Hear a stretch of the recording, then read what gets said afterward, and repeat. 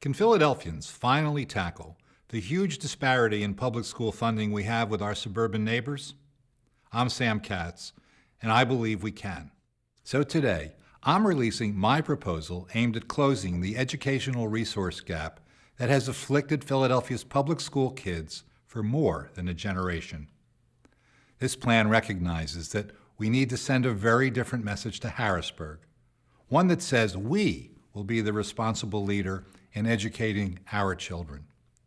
We have waited for salvation from Harrisburg for far too long, with results that have been far too unsatisfactory.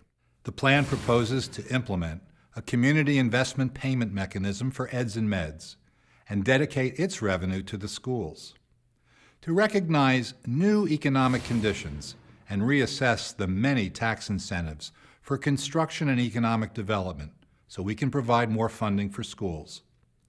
To accelerate the collection of more than $1.2 billion in delinquent tax and utility bills. To execute leases, sales, or partnerships that generate significant cash and pay down a big chunk of the $5 billion unfunded pension liability. And then use the annual budget savings from lower pension fund payments to significantly increase support for education.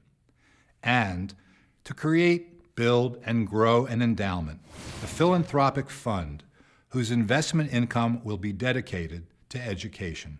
This plan could generate between $250 and $300 million annually in new local funding without tax increases.